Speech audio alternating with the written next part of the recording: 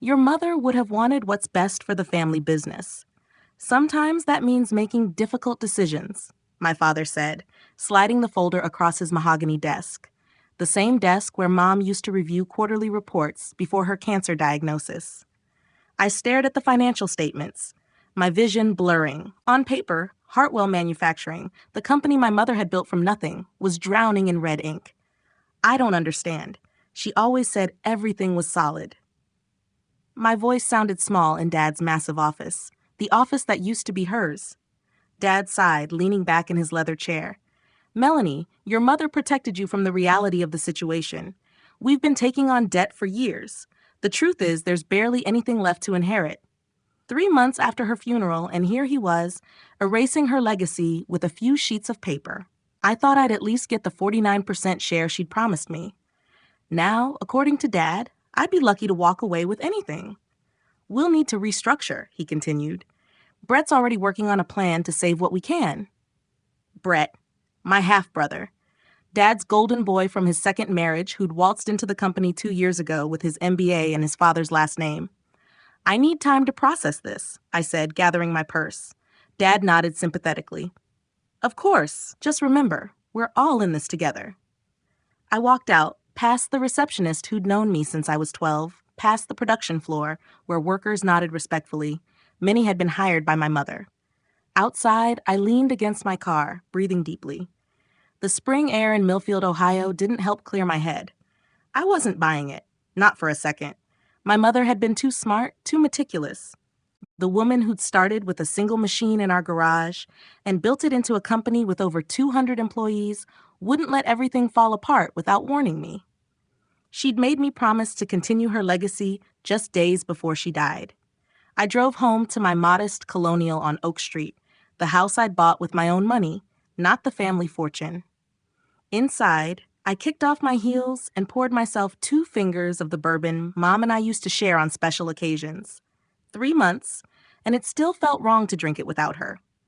Sinking onto my couch, I spread the financial documents across my coffee table. Balance sheets, profit and loss statements, cash flow projections, all showing a company in serious trouble. But something wasn't adding up.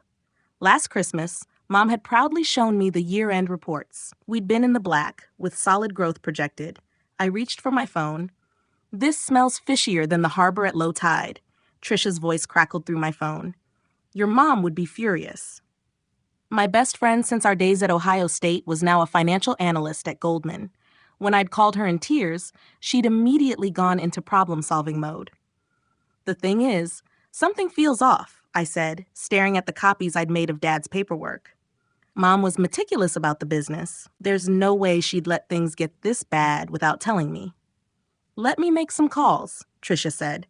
I've got contacts who might be able to give us a clearer picture. Don't do anything rash in the meantime. Like what? March back into his office and accuse him of lying? Exactly like that. If he's doing what we suspect, you'll need hard evidence.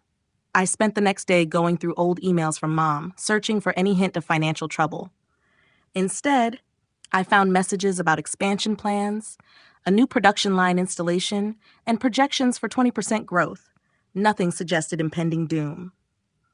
2 days later, we met at a small coffee shop in Auburn, 40 minutes from Millfield and far from anyone who might recognize us.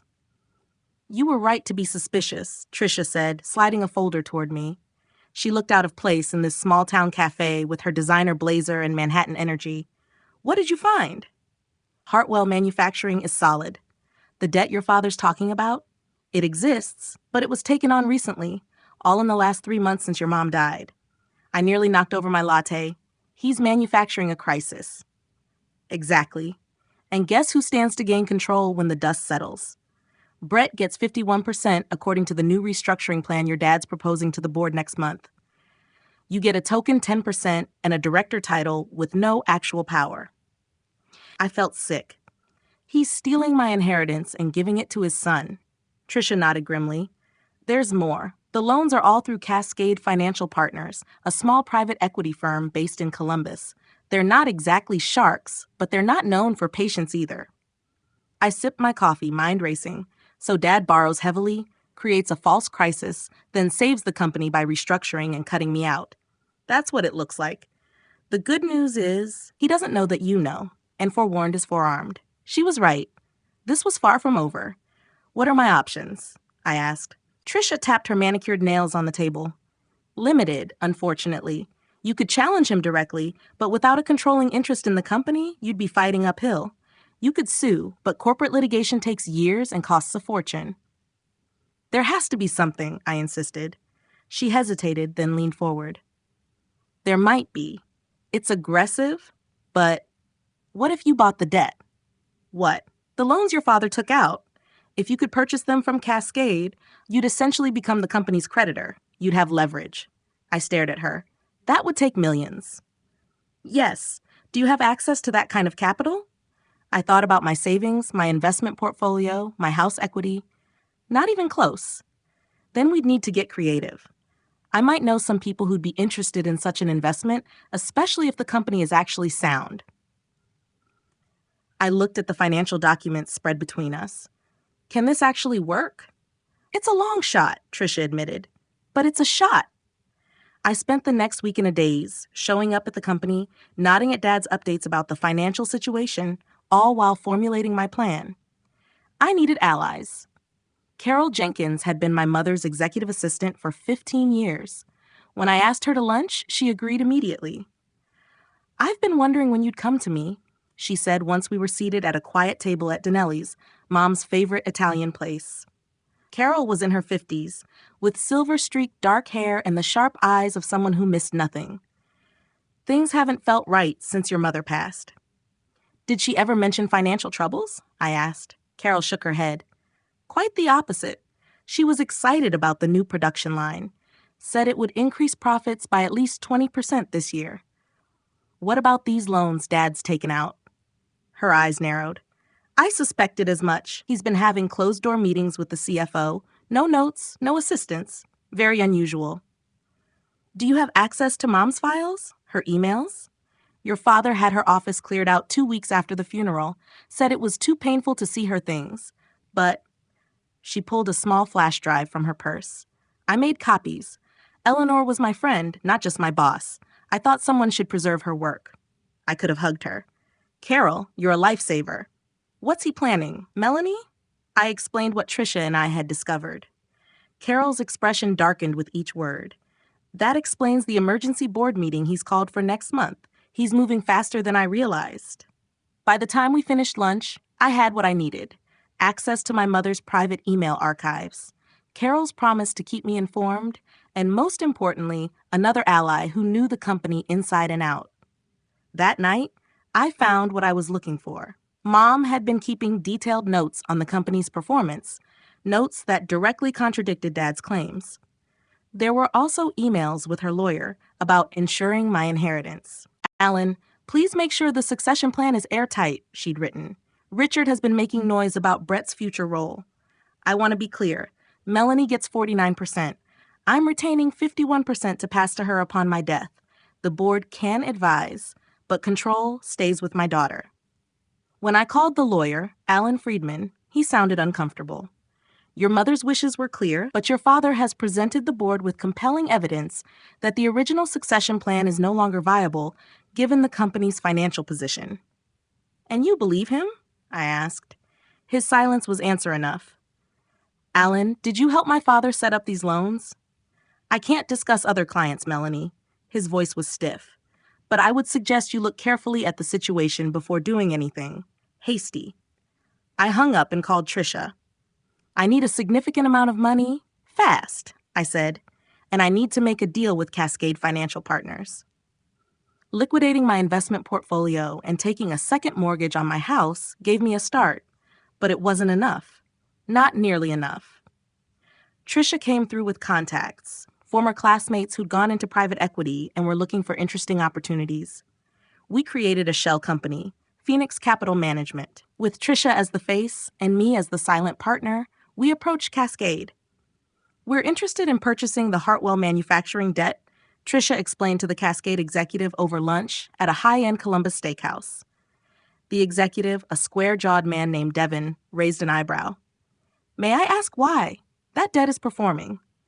We believe the company is fundamentally sound despite recent management decisions. The debt is undervalued. And you'd be willing to pay a premium? His interest was piqued now. A reasonable one, yes. After 2 weeks of negotiations and bringing in additional investors, Trisha trusted we closed the deal. Phoenix Capital now owned all of Hartwell Manufacturing's debt. I was effectively my father's creditor. He had no idea. The cost had been steep. I'd leveraged everything I owned and was now on the hook to Trisha's investor friends for millions. If this gamble failed, I'd lose everything. But so would he. The board meeting is next week, Dad reminded me over dinner at his house. His new wife, Vanessa, hovered nearby pretending to arrange flowers. She was only 15 years older than me, with the practiced smile of someone who'd made a career of pleasing powerful men. The catering company messed up the wine order, she fretted. They sent Pinot when I specifically asked for Cabernet. Dad patted her hand absently. It's fine, darling. I took a sip of the supposedly wrong wine. I think it would be good for me to attend the board meeting, I said, to show unity during this difficult time. Dad nodded approvingly. Exactly. I'm glad you understand the gravity of the situation, Melanie. I want what's best for Mom's company. Our company, he corrected gently. And soon it will be Brett's responsibility too. He's got the education and drive to turn things around. Brett smirked from across the table. At 31, he was 2 years younger than me, with our father's confidence and none of our mother's warmth. Don't worry, sis. I'll make sure you get something out of this. Maybe that boutique marketing division you've been running? The division I'd grown by 300% over 4 years. The division that had launched our most successful product line. How generous. That's very thoughtful, I said, smiling tightly. It's settled then, Dad said, raising his glass. To Hartwell's future. I raised mine. To getting exactly what we deserve. Later, as I was leaving, Dad put his hand on my shoulder. Melanie, I know this isn't what your mother discussed with you, but circumstances change. Brett has the business acumen we need right now. I looked into his eyes, the same eyes that had teared up during Mom's eulogy as he'd praised her business genius. I understand completely, I said, and for the first time since Mom died, I wasn't lying to him. The weekend before the board meeting, I barely slept. Trisha flew in from New York to help me prepare. We went over the financials repeatedly, practiced what I would say, how I would respond to objections. Remember, you don't reveal the Phoenix connection until the perfect moment, she advised. Let him dig his own grave first. Monday night, I stood in front of my bedroom mirror, rehearsing. For a moment, I saw my mother's determination reflected back at me. She'd faced doubters her entire career, men who thought a woman couldn't run a manufacturing company, banks that wouldn't lend to her, competitors who tried to undercut her. She'd beaten them all through preparation and persistence. Now it was my turn. The board meeting was set for Tuesday at 10 a.m. At 9:15, I walked into Dad's office unannounced. He was already in his power suit, reviewing notes. The executive floor was quiet. Most of the leadership team was in the conference room preparing for the meeting. We need to talk, I said. He looked up, annoyed. The meeting's in 45 minutes. Can't this wait? No. I sat down across from him. I know what you did. His expression didn't change, but his hand stilled over the papers he'd been reviewing. I'm not sure what you mean. I placed a folder on his desk, identical to the one he'd given me weeks ago. I mean the sudden debt, the manufactured crisis, the plan to cut me out and hand my mother's legacy to Brett. Now his face changed, hardening. You don't understand business, Melanie. Sometimes difficult decisions. Save it, I cut him off. Mom built this company while you were busy with your law practice. She only brought you in after your firm collapsed. And this is how you repay her? By stealing from her daughter?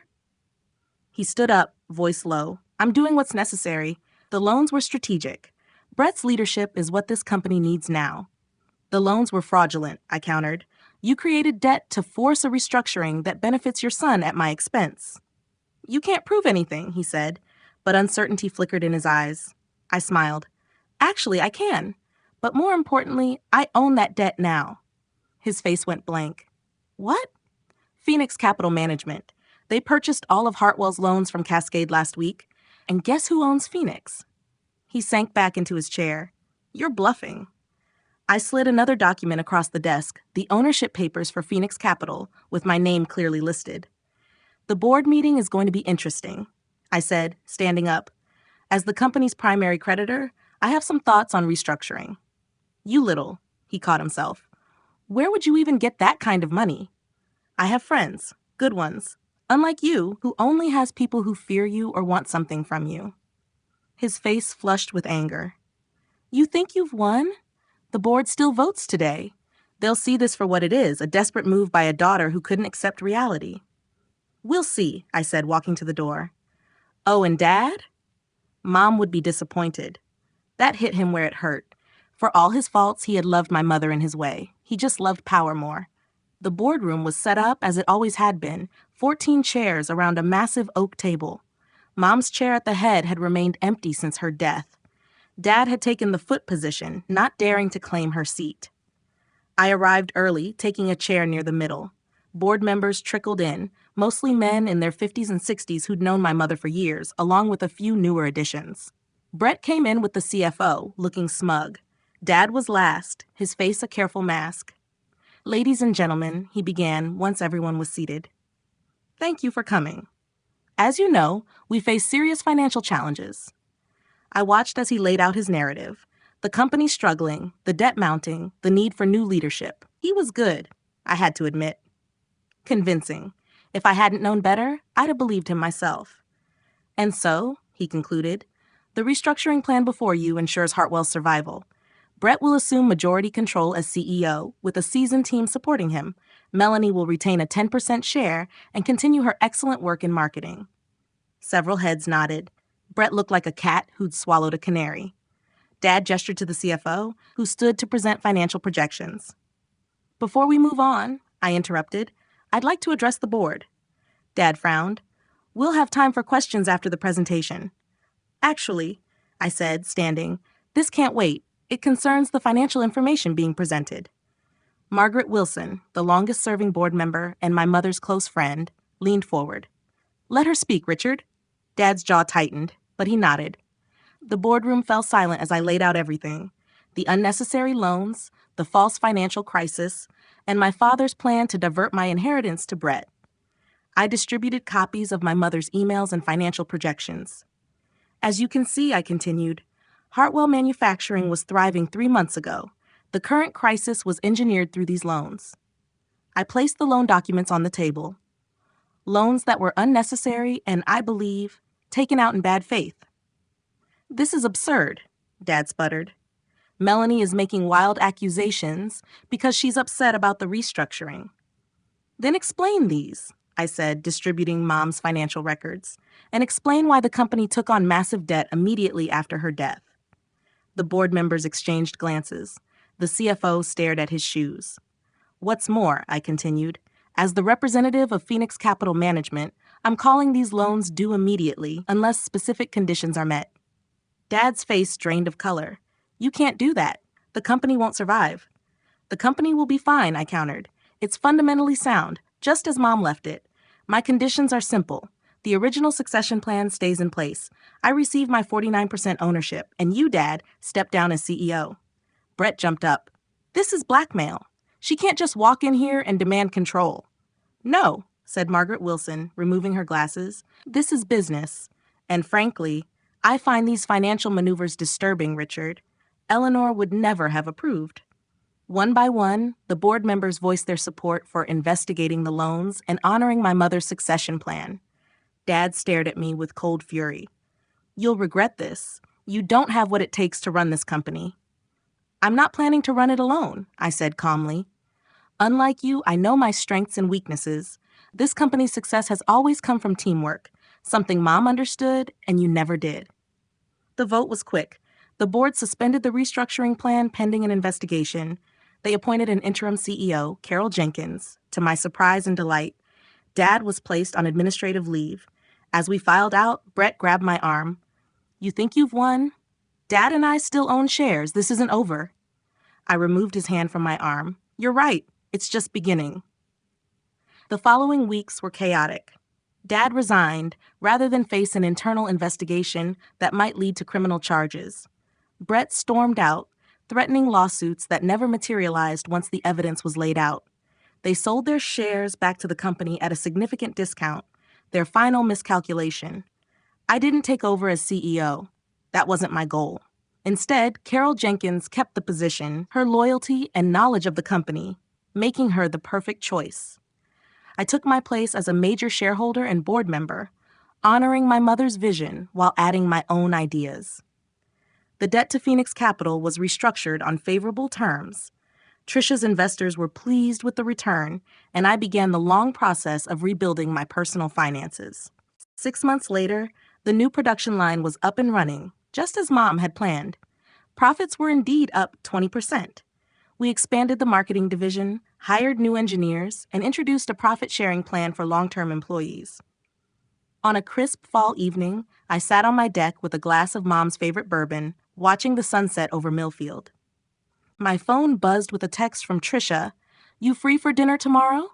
Celebrating my promotion, thinking of flying in for the weekend. I smiled and texted back, "Absolutely. Your place or mine?" As I set my phone down, I thought about the last board meeting, where we'd voted to rename the company's main building after my mother. Dad hadn't attended, of course. Last I heard, he and Vanessa had moved to Scottsdale, where Brett was trying to start a consulting firm. I didn't wish them ill.